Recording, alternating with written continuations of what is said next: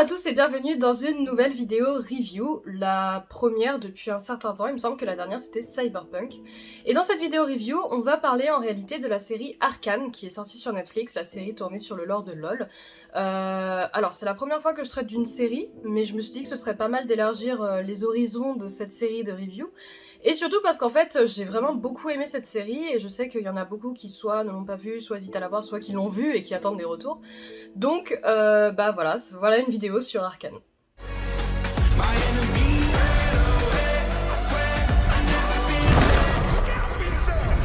Comme d'habitude, pour les épisodes des reviews, il y aura une partie non spoil qui sera la première partie, et une partie avec spoil qui sera donc la deuxième partie. Il faut savoir également, avant de commencer la vidéo, que je ne suis pas une joueuse de League of Legends. Je sais que je serais très toxique sur ce jeu, donc je préfère m'en tenir loin. Mais que j'apprécie beaucoup le lore, et que c'est pour ça aussi également que j'ai beaucoup aimé Arcane, et qu'il ne faut pas avoir besoin de jouer à LoL pour aimer Arcane. Ça c'est vraiment un bon truc.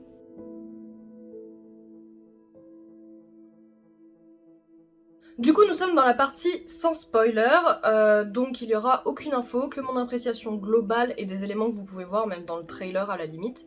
Et il y aura du coup les éléments bons et les éléments mauvais, à savoir que c'est une série que j'ai tout simplement adorée et que du coup il y aura très peu d'éléments négatifs, il y en aura un, il me semble, si je me souviens bien, mais il y en aura très peu. Donc comme je vous disais, je ne suis pas du tout une joueuse de LoL et pour autant ça m'a pas empêché d'apprécier l'univers dépeint par Arcane et comment toute l'intrigue était ficelée. On y suit dedans l'histoire de personnages jouables dans le jeu comme Vi, Jinx, Victor, Jayce, Caitlyn, Ermendinger et Siege. On en apprend un petit peu plus sur leur histoire tout au long de l'intrigue de Arcane. On se retrouve plongé dans l'histoire de Piltover au moment où de grandes différences de classe existent entre la ville haute, la bourgeoisie, et la ville basse, là où règne pauvreté et misère. C'est dans cette ville que l'on va se retrouver à suivre l'histoire de plusieurs personnes ainsi que leur évolution personnelle, amenant à l'émergence de la nation de Zone et de l'Hextech. Le premier point positif est également la première chose que l'on voit en réalité quand on commence la série, à savoir le style graphique et les dessins. C'est le studio français Fortige Games qui s'est occupé de cette série, d'ailleurs c'est une bonne fierté je trouve, et c'est vraiment quelque chose que j'ai beaucoup aimé parce que moi quand dans une série animée il y a une petite patte assez unique, c'est vraiment quelque chose qui me parle et en l'occurrence Arcane pour moi c'est un espèce de mélange étrange entre les couleurs de Borderlands et l'effet un peu 3D de Borderlands et les dessins du concept art de Dishonored, qui est également un studio français Arcane. Oui, c'est Arcane.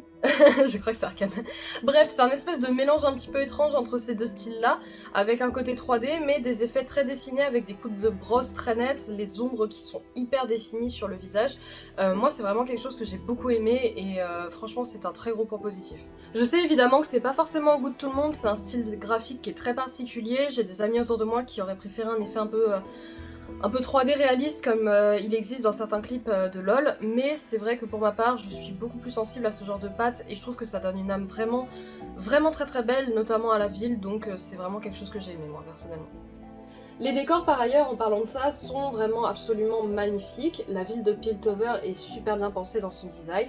Et même les chara-design des personnages sont très bien étudiés et font mouche. Je pense notamment à Mel, l'une des conseillères, qui pour moi a un des plus beaux chara-design de la série.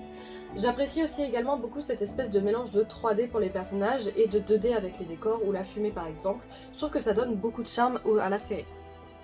Pour continuer également sur les éléments que je trouve vraiment bien au niveau des choix artistiques, on va dire, c'est le parti pris de mettre beaucoup de musique dans leur série. Il y a vraiment des moments où on se retrouve à observer la scène avec des gens qui parlent quelquefois, voire non, avec une musique de 3 minutes qui passe, que ce soit dans des moments d'action, dans des moments où ils se baladent juste dans la ville.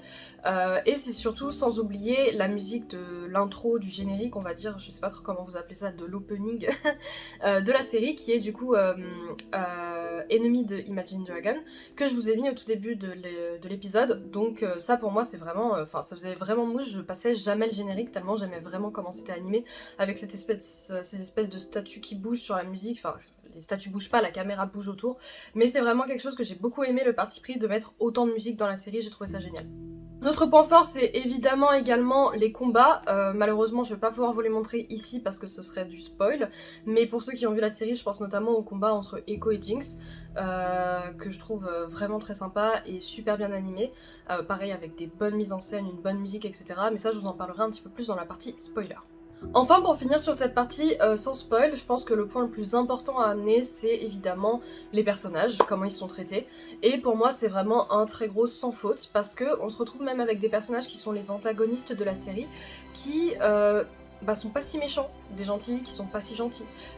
C'est absolument pas manichéen comme série, et des personnages qui pourraient très facilement tomber dans le cliché, au final, évitent vraiment ce cliché. Ce qui est vraiment extrêmement appréciable, et je pense notamment à Silco pour ceux qui ont regardé, mais j'en parlerai évidemment un petit peu plus dans la partie spoiler. L'écriture des personnages est profondément travaillée et on y croit, et c'est vraiment ce qui est très important dans une série. C'est pas tout blanc ou tout noir, et chacun réussit à nous tirer dans l'empathie et de l'affection. Par ailleurs, il est important de noter quand même que le doublage des personnages anglais, parce que j'ai vu en anglais, est vraiment au top niveau du casting, et j'ai notamment en tête Vander, Jinx et Victor qui sont pour moi des sans faute, et dont je vais mettre quelques extraits. You're a class act, sister. Sister thought I missed her, but you wouldn't miss her. Poor cripple from the Undercity. I was an outsider the moment I stepped foot in Piltover. Give Huck the rest of what you owe him, and I'll let you walk out of here in one piece. Avant qu'on passe à la partie spoiler, je tenais juste à faire une petite parenthèse sur les doublages justement. Moi du coup je l'ai regardé en anglais comme je vous ai dit, mais j'ai des personnes de mon entourage qui l'ont regardé en français et qui m'ont fait la remarque notamment de l'emploi de certains mots, comme par exemple l'explication du nom de Jinx, ou des personnes du coup en anglais c'est... ils lui disent You're such a Jinx, qui veut dire ouais tu fous tout en l'air en gros globalement, mais c'est un mot anglais donc ça fait sens, et en français ils disent oui tu es tellement une Jinx, donc c'est un petit peu bizarre, donc ça c'est peut-être le seul défaut que je pourrais donner, et encore c'est un défaut que moi j'ai pas eu parce que j'ai regardé en anglais. Mais sinon en dehors de ça, mes amis m'ont dit que la version française était très bien, donc c'est un peu le seul défaut qu'il pourrait y avoir. Donc maintenant qu'on a parlé de quelques aspects de la série qui m'empêchaient de spoil, on va du coup à présent rentrer dans la partie spoiler, parce que maintenant je peux plus rien vous dire sans vous spoiler, donc je vous laisse aller dans cette partie-là.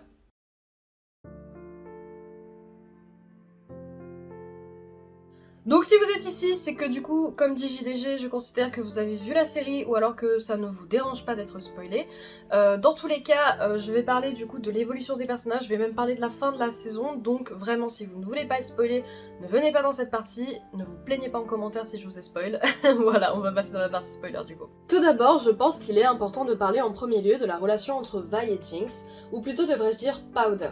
Elles sont toutes les deux sœurs et dans leur intrigue personnelle, on se retrouve à suivre l'évolution de leur relation du moment de la perte de leurs parents à leur séparation à la fin de la saison.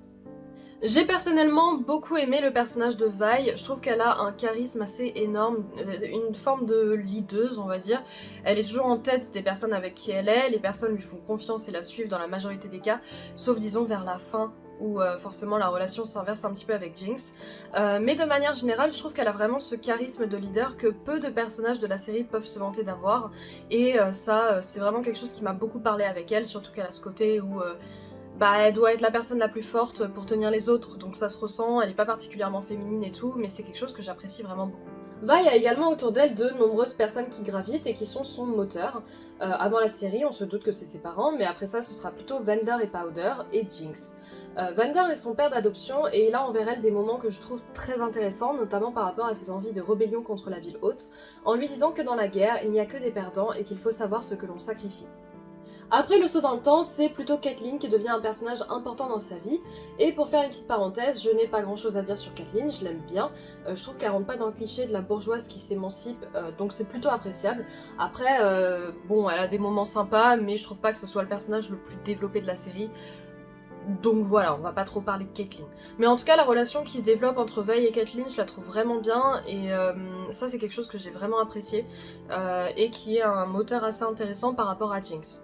Elle a également des scènes de combat vraiment géniales, notamment face à Sevika, qui est super dynamique et surtout, une fois qu'elle obtient les gants avec la technologie X-Tech, ces combats qui étaient déjà très dynamiques le deviennent encore plus et c'est super plaisant. Avant de passer à Jinx et en restant dans le thème des scènes de combat, je voulais bien évidemment parler du duel entre Echo et Jinx, qui pour moi est l'une des meilleures scènes de la série. Il y a un grand changement de style graphique à ce moment-là et ils ont pris le parti de montrer le pouvoir de Echo par une sorte de visualisation montrant ses erreurs, et j'ai trouvé ça purement génial. Après, il faut savoir qu'à ce moment-là, il n'a pas encore son pouvoir, mais que c'est plutôt une sorte d'introduction à ce qui arrivera. Du coup, pour faire la transition sur le personnage de Jinx et de Powder, je vais avouer que Powder, son personnage, j'ai beaucoup aimé, mais que Jinx, j'ai un petit peu moins accroché. Je dis pas qu'il est mauvais, loin de là, c'est un très bon personnage. C'est juste que moi, enfin personnellement, évidemment, c'est une analyse personnelle tout ça, personnellement j'en ai un petit peu marre des personnages fous, on va dire, et Jinx c'est un peu ça, elle a des hallucinations, elle est plus très nette dans sa tête, enfin... et je trouve ça très bien rendu honnêtement, c'est super bien fait quand elle parle toute seule et tout. Mais c'est vrai que je deviens moins sensible à ce type de personnage qu'aux autres personnages de la série, même si elle est facilement dans mon top 5, hein. C'est vraiment juste ça qui me plaît moi. C'est du coup l'une des raisons qui fait que Jinx ne fait pas partie vraiment de mes personnages préférés, mais du coup comme je disais, j'ai adoré le personnage de Powder ainsi que son envie de toujours aider les autres, car beaucoup doutent de ses capacités. J'ai aussi rondement aimé tous ces passages avec ses hallucinations de Milo et ses effets de coups de crayon qu'on y voit, qui sont vraiment les traits personnels de Powder, enfin surtout de Jinx d'ailleurs, parce que Milo avec ses grands yeux blancs, on le voit surtout quand c'est Jinx qui l'a, avec ses hallucinations, parce qu'elle s'en veut énormément de les avoir tués en fait, parce que c'est sa faute. Et ça j'ai trouvé que c'était vraiment un super parti pris artistique, j'ai trouvé ça vraiment très cool. Ma scène préférée de Powder est également finalement le moment où elle utilise le cristal de magie et qu'elle fait tout exploser et qu'elle se retrouve à tuer indirectement Vander mais directement Milo et Clegger, je crois qu'il s'appelle, ouais c'est ça. Ça j'ai trouvé que c'était vraiment un passage absolument magnifique, la réaction de Vi à ce moment-là où elle peut pas s'empêcher de frapper sa sœur tellement ça a été désastreux ce qu'elle a fait, et même le fait quand elles se séparent et qu'elles se mettent à complètement craquer et pleurer chacune de leur côté, le désespoir de Powder à ce moment-là, Vi qui a besoin de s'isoler pour reprendre ses esprits mais qui se finit par se faire kidnapper et qui peut plus aider sa sœur. J'ai trouvé que c'était vraiment des super passages et j'ai vraiment énormément aimé cette fin de partie 1, pardon, parce que c'est la fin de la partie 1, c'est ça qui clôture la séparation entre Jinx et Vi et qui fait que, enfin c'est ça qui est l'événement avant le petit saut temporel, il y a je sais pas un certain nombre d'années qui passent entre l'épisode 3 et l'épisode 4. Je trouve que c'est vraiment un passage génial. Et bien que Jinx au final n'est pas l'un de mes personnages préférés, elle est le personnage qui pour moi développe le mieux l'antagoniste de la série, à savoir Silco, dont je vais évidemment parler maintenant parce qu'il mérite et que c'est un personnage génial, vraiment génial. Du coup Silco c'est vraiment le personnage qui est montré comme étant l'antagoniste de cette saison 1, je veux dire dans la première partie il tue Vander, enfin il veut tuer Vander, il veut tuer Vi et tout, donc il a plutôt une position d'antagoniste, il a un espèce d'œil de verre, enfin je sais pas si on peut appeler ça un œil de verre, mais il a un œil en vrac, une grosse cicatrice qui couvre la moitié de son visage, il tue un chat au début avec l'aide d'un rat, il fait des potions, il manipule les gens, il transforme les gens en sortes de bêtes qui développent des addictions, donc bon, il a pas le bon rôle et il est clairement pas montré comme ayant le bon rôle, et pour autant il a un des développements les plus intéressants je trouve aux côtés de Victor. Tout d'abord, je trouve super intéressant sa relation avec Vander, le fait que ce dernier ait essayé de le tuer et qu'il ait gardé cette espèce de regain contre lui, mais malgré tout, ils sont frères l'un et l'autre. Donc ils ont cette relation qui est inséparable quasiment. Je veux dire, Silco est celui qui va poignarder Vander à la fin de la partie 1, dans l'épisode 3. Et pour autant, plus tard dans la série, on le retrouve qui se recueille sur une fontaine avec la sculpture de Vander, qui va parler avec lui, qui va verser de l'alcool dans la fontaine comme pour boire avec lui, et qui a des échanges assez intimes avec. Donc je trouve que sa relation avec Vander était vraiment très intéressante. Et c'est d'autant plus accentué par rapport à sa relation avec Jinx. À la fin de la partie 1, du coup pour ceux qui connaissent pas, Jinx, après avoir giflé Jinx, Vi s'en va et se fait kidnapper en fait à ce moment-là par les pacifieurs. Donc elle est incapable de revenir vers sa sœur et Silco arrive à ce moment-là. Powder le prend dans ses bras et en fait à ce moment-là, Silco va avoir un regard, je trouve, très empathique vers le corps de Vander. Et il va prendre Jinx dans ses bras, enfin Powder dans ses bras. À partir de là, il va plus ou moins l'élever comme étant sa fille, et il va développer du coup cette relation père-fille en la protégeant coûte que coûte. Et c'est là que je dis que c'est pas cliché, parce qu'en fait, le cliché ça aurait été que lui manipule Jinx du début jusqu'à la fin, et que jamais en fait il ne l'aime. Or c'est pas le cas, il l'aime profondément. Et ça on le voit jusqu'à la fin quand il se fait tuer par Jinx après avoir menacé de tuer Vi. Et Jinx se jette sur lui forcément pleine de culpabilité parce qu'elle le considère comme son père. Et en fait il va lui dire que jamais il ne l'aurait vendu aux pacifieurs parce que les pacifieurs demandaient Jinx en échange de la liberté de Zone. Et surtout il lui dit qu'il l'aime et qu'elle est parfaite comme elle est. I never would have given you to them. Not for anything. Don't cry. You're perfect. Donc Silco avait un peu en fait ce développement assez inattendu je trouve par rapport à Jinx, enfin que moi perso je me disais non mais il va retourner sa veste au bout d'un moment, c'est pas possible, il est pas... Enfin voilà, j'avais l'impression qu'il aimait pas tant Jinx que ça. Enfin, je pensais que c'était comme ça que ça allait se passer, au final pas du tout, il l'aime vraiment comme un père, et c'était vraiment très appréciable, en plus du fait que en réalité on peut comprendre ses motivations et son envie de donner l'indépendance à la ville basse et de créer du coup la nation de Zone. C'est pas dans une envie de régner comme un dictateur, mais c'est vraiment dans une envie de gagner le respect et d'avoir l'indépendance. Donc en réalité, même ses motivations ne sont pas si machiavéliques que ça, c'est juste qu'il avait pas les bons moyens, enfin qu'il utilisait entre guillemets pas les bons moyens pour y arriver.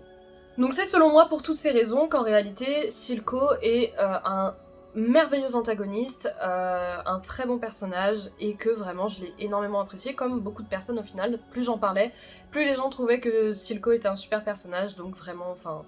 C'est vraiment un sans faute ce personnage, vraiment un sans faute. Maintenant on va pouvoir passer à un personnage qui pour moi est le GOAT de la série. Mon personnage préféré, ça va être Victor. Je pense qu'on est beaucoup à avoir beaucoup aimé Victor, j'ai commencé à regarder autour de moi et beaucoup de personnes ont énormément aimé Victor. Je veux dire, il a ce côté très doux, il a une voix qui est d'une délicatesse, mais le doubleur il a une voix incroyable, il a une voix toute calme, toute douce, avec un léger accent en roulant les airs, c'était vraiment magnifique. Et évidemment c'est pas uniquement à cause de son chara-design ou de sa doublure que j'aime le personnage de Victor, et je vais vous expliquer pourquoi. Tout d'abord, son personnage en lui-même, c'est un enfant qui vient de la ville basse, qui avait une très grande intelligence, mais qui était handicapé, qui avait une jambe paralysée, il avait besoin d'une béquille, il pouvait pas marcher très bien. Et en fait, il a réussi à se hisser dans la haute ville en devenant un scientifique, et surtout l'assistant de Herman Digger. Je le prononce mal, c'est pas grave. Et en fait, c'est vrai que j'aime beaucoup son histoire et son idée de se dire que quand Jace propose du coup cette idée du Hextech qui est d'utiliser la magie et de créer de la magie eux-mêmes, il va être intrigué et il va l'aider. Et ça c'est vraiment en fait il a cette espèce de personnalité où il veut servir la science parce que c'est ce qu'il aime et il en avait pas trop la possibilité avant, donc il va aider la personne qui pour lui est le plus adaptée à ça. Donc déjà son histoire avant, on va dire toute l'histoire d'Arcane, elle me touche déjà pas mal, il a ce côté très sensible que j'aime beaucoup, mais évidemment il n'y a pas que ça. À la moitié de la série à peu près, alors que lui et Jace ont réussi à créer l'Hextech, on va découvrir que Victor en fait est malade, donc on sait pas exactement quelle maladie il a, mais en tout cas il tousse du sang. C'est plus ou moins suggéré que du coup c'est une maladie qu'il a récupérée quand il était dans la ville basse, qui se manifeste que maintenant, et que surtout il lui reste plus longtemps à vivre. Et ça pareil, c'est un parti pris que j'ai trouvé très intéressant dès qu'il y a... le thème de la maladie sur des personnages, je trouve ça toujours très intéressant parce que, je reviens un petit peu à Red Dead avec ça, Arthur tombe malade et les personnages ont différentes manières d'aborder leur maladie en général. C'est toujours un sujet de développement. Et dans le cas de Victor, c'était évidemment un sujet de développement puisqu'il va créer cette obsession avec l'Hextech, enfin l'Hexcore, qui est la sphère qu'il va créer, en se disant que potentiellement ça peut guérir sa maladie. Et en effet, on va se retrouver du coup avec ce passage où il va toucher, il va faire dans le dos de Jace d'ailleurs, sans que lui ne le sache, il va modifier son corps, sa jambe va être remplacée par un espèce de membre métallique, un peu contre son insu, enfin il savait pas que c'était trop ça qui allait se passer, et on va le voir qu'il va enfin pouvoir marcher, voire courir normalement. Et d'ailleurs c'est un passage que je trouve vraiment magnifique parce que quand il était jeune dans son passé, on voit un moment où il pose un bateau dans une rivière et il court après, il réussit pas à le rattraper à cause de sa jambe et de sa malformation. Et à ce moment-là, quand il a sa jambe métallique, il va au port et il va se mettre à courir et il y a un bateau dans le fond et on le voit qu'il le dépasse. Et c'est un passage que je trouve vraiment super touchant. Et ça va surtout amener autre chose que j'ai trouvé vraiment génial avec ce personnage. En fait, quand il va voir du coup qu'il peut modifier cette jambe-là, il va refaire une autre expérience avec Lek Corps, en mettant sa main cette fois directement en contact. Et à ce moment-là, son assistante Sky arrive dans la salle et elle le voit en contact avec Lek Corps et forcément elle se dit pas que c'est une action volontaire de sa part et elle tente de le sauver en s'accrochant à lui. Et en fait, va y avoir un espèce de contre-coup qui va se passer et elle va disparaître en cendres. Ce qui va être un énorme choc pour Victor parce qu'il est pas quelqu'un qui tue, il est loin de ça, il est pas du tout quelqu'un qui... et puis surtout c'était pas du tout volontaire, il l'appréciait quand même beaucoup, sa secrétaire, enfin son assistante. Du coup c'était pas une action volontaire de sa part et il va s'en vouloir énormément au point du coup d'aller répandre ses cendres à un endroit auquel il aimait bien se poser en secret. Et à ce moment-là il va essayer de se suicider. Et c'est un moment que, pareil, qui me touche beaucoup parce que il y a cette espèce de parallèle qui est fait avec le début de la série quand il empêche Jace de se suicider en arrivant un peu au bon moment dans son atelier. À ce moment-là, alors que Victor essaie de se suicider, c'est Jace qui va arriver et l'en empêcher en disant un petit peu la même chose, Am I interrupting something? Et à ce moment-là, je trouve que Jace et Victor ont un échange que je trouve vraiment super intéressant où Victor va supplier en réalité Jace de détruire Lek Corps, chose que Ermendinger leur avait demandé de faire mais qu'ils n'avaient pas écouté. Mais là, en voyant l'effet que ça avait eu sur Sky, Victor forcément ça l'a fait se remettre énormément en question et il s'est rendu compte qu'il serait incapable de le faire lui-même parce que forcément il avait cette envie de se soigner et que ça pouvait l'aider, mais du coup il va demander à Jace de le faire. À ce moment-là, il va également avoir une réplique que je trouve vraiment super belle que je vous mets tout de suite. We lost ourselves, lost our dream. In the pursuit of great, we failed to do good. We have to make it right. Et finalement, pour l'évolution du personnage, du coup, vous voyez, vous avez cette dynamique du scientifique qui vient des bas-fonds, qui a réussi à se hisser, qui devient l'acolyte, l'ami de Jace, et qui crée, du coup, qui amène la magie à Piltover, pour au final se rendre compte qu'il est malade, trouver une technologie qui pourrait l'aider.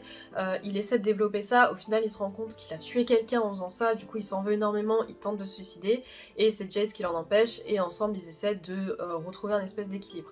Pour autant, au niveau de l'évolution du personnage dans les prochaines saisons, alors déjà bon il y a la fin de la saison que je vais vous parler après, normalement il n'y a pas de problème, mais bref.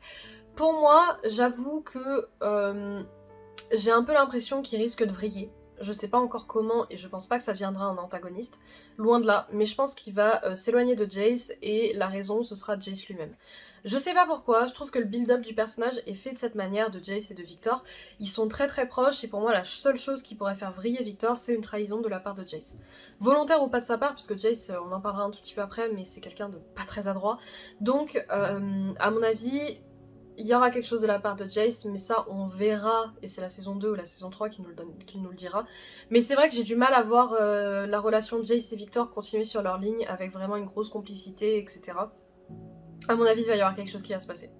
Et ça me permet du coup de faire un parallèle avec le personnage de Jace, qui est un personnage que, personnellement, je n'aime pas. Je vais vous expliquer évidemment pourquoi. C'est tout simplement parce que je trouve qu'il est extrêmement manipulable et que en se faisant manipuler, il a été amené à faire plusieurs fois des actions mauvaises. Notamment son envie par exemple de contre-attaquer sur la ville basse en les frappant fort, en oubliant totalement que son frère Victor est originaire de là-bas. À cause de l'influence de Mel. Donc il y a vraiment cette influence-là que j'aime pas, je le trouve vraiment limite un peu niais, c'est une girouette. Alors certes, il est très humain, mais bon, il change de veste comme de chemise, enfin il change d'avis comme de chemise, et c'est vrai que c'est assez chiant, et il en est quand même arrivé, enfin il y a une scène où on le voit, Victor est en train de travailler sur sa machine, il tousse du sang, il s'évanouit, il se retrouve à l'hôpital, et en parallèle, t'as Jace qui est en train de coucher avec Mel. Donc c'est vrai qu'il y a ce parallèle-là qui, moi, m'a fait forcément manquer d'empathie pour lui. Donc bon. Après, si je peux donner un très bon point de vue sur Jace, on va dire, enfin c'est pas vraiment sur lui, c'est que j'aime beaucoup le design de son marteau, et surtout l'effet qu'il a quand il frappe quelqu'un, c'est magnifique. Je me suis repassée à la fin de l'épisode, j'adore, je vais vous le mettre évidemment.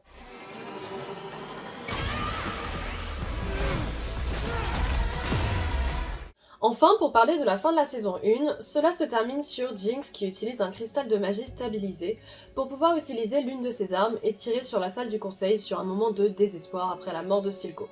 À ce moment-là se trouvaient dans la salle du conseil les conseillers ainsi que Victor et Jace, votant pour donner l'indépendance de la ville basse. Au moment de l'impact, on voit le dos de Mel briller, ce qui selon moi laisse supposer qu'elle possède une technologie ou un objet capable de la protéger en cas de danger, et cet objet pourrait être l'Iron Solari que l'on trouve dans le jeu notamment. Ainsi on peut se dire que certains conseillers ont pu périr, mais ça me semblerait peu probable que Mel, Victor et Jace soient décédés, mais ça on le saura dans la saison 2, car elle a été annoncée. Merci à tous d'avoir regardé ce nouvel épisode des reviews sur Arcane du coup. N'hésitez absolument pas à mettre votre avis en commentaire, dans le plus grand respect de la vie des autres évidemment.